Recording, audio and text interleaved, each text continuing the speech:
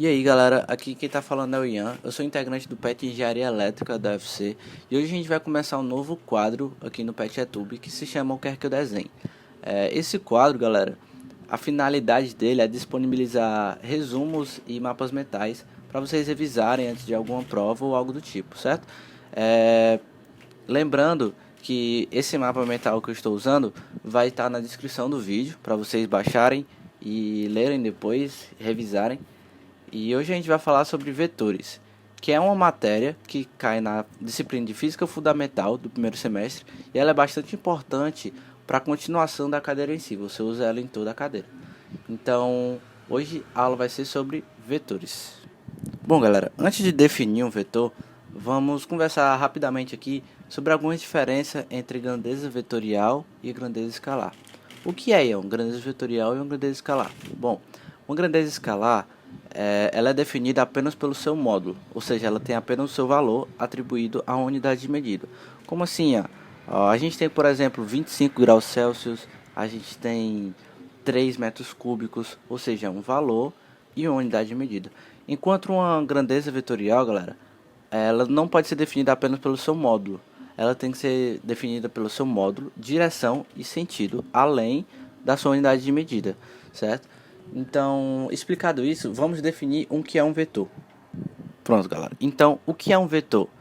Como vocês estão vendo aí no mapa mental, vetores são segmentos de retas orientados responsáveis pela caracterização das grandezas vetoriais. Como assim? Não entendi. Vetor é aquilo que define a grandeza vetorial, certo? Então, como eu disse, a grandeza vetorial ela tem que ser definida de três jeitos: módulo, direção e sentido. Então, o vetor ele precisa, para ser um vetor, de um módulo, uma direção e o sentido. E o que é que seria cada um desses três, Ian? Bom, o módulo é o valor bruto daquele vetor, é o tamanho daquele vetor, enquanto a direção é onde aquele vetor está situado no plano. Pode ser horizontal, vertical, diagonal, essa é a direção. E o sentido é para onde o vetor aponta, é onde a seta está apontando. Então existe essa diferença entre direção e sentido que é bom saber. Bom, galera, falando agora sobre as componentes desses de vetores, primeiramente, o que é um componente? Um componente de um vetor é a projeção do vetor em um eixo, certo? E a projeção, quando a gente faz essa projeção, a gente chama de decomposição de um vetor, certo, galera? Como a gente pode ver aí na imagem do mapa mental, existe um vetor A e existe uma projeção dele no eixo X e existe uma projeção dele no eixo Y, chamado, respectivamente, de AX e AY. Só que, por outro lado, a gente também tem os vetores unitários, né, galera? Bom, o que são esses vetores unitários? Os vetores unitários é um vetor que tem módulo igual a 1 e aponta em uma certa direção. Os vetores unitários eles servem para mostrar qual direção o vetor está, certo? Como a gente pode ver nos exemplos, a gente tem que o vetor A ele pode ser escrito na forma de a soma da componente AX mais a soma da componente AY, certo? E como é que a gente acha o valor dessas componentes, certo? Como a gente tem um ângulo entre eles, a gente consegue fazer facilmente que AX é igual a cosseno de θ e AY é igual a seno de θ. Bom, indo para os vetores unitários, agora a gente tem essa representação, onde esse AX vezes o Y com o chapéu é chamado das componentes vetoriais. Equivale ao vetor AX, a componente AX citada anteriormente. Partindo agora para a soma de vetores, galera, a gente tem basicamente dois jeitos de somar vetores, certo?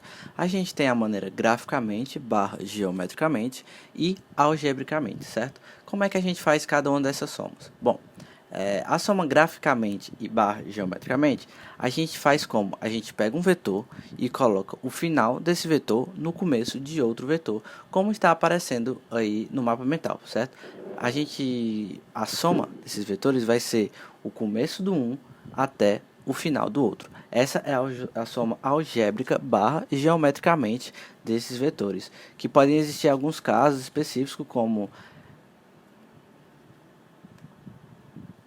o caso de Pitágoras, onde a gente tem dois vetores perpendiculares e a soma dele vai ser a hipotenusa. E também podemos fazer lei dos cossenos, a famosa lei dos cossenos lá da matemática. A gente pode trazer para cá para saber a soma desses vetores, certo, galera?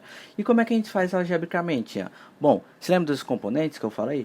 A gente pode somar vetores basicamente só pelos seus componentes. Por exemplo, se a gente tem um vetor S que é igual a mais B, é um vetor A mais um vetor B dá um vetor S, a gente pode dizer que a componente x desse vetor S vai ser a soma das componentes x de A mais a soma dos componentes x do B, como está mostrado aí no mapa mental.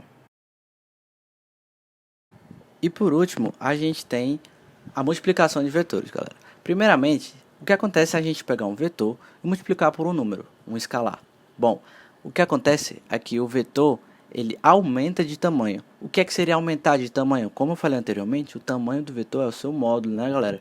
Então, se eu pegar um vetor e multiplicar ele por 2, ele dobra de tamanho, ou seja, o módulo dele dobra, certo?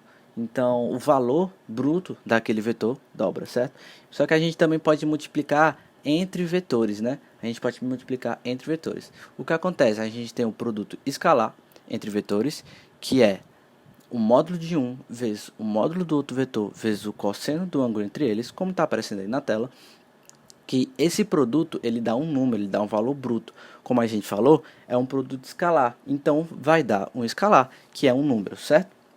Por outro lado, a gente tem o produto vetorial entre vetores, que é a gente pega um vetor, multiplica por outro vetor e ele vai dar outro vetor a resposta, certo? Então, como mostrado na sua tela agora, o produto vetorial ele é dado pelo módulo do um vetor vezes o módulo do outro vezes o seno entre eles, certo? Lembrando, galera, que esse produto vetorial ele vai dar um vetor diferente do escalar, que vai dar um valor, certo? Por último, a gente tem o produto misto, certo? É uma coisa mais complexa, mas basicamente é um produto vetorial e um produto escalar ao mesmo tempo. Ele é muito usado para determinar volumes, é algo tridimensional. Então, é isso, galera. Esse é o nosso resumo sobre vetores. Espero que vocês tenham gostado do vídeo. Deixem seu like, compartilhem com o que você achar interessante. Se inscreva no canal, ative o sininho e bons estudos.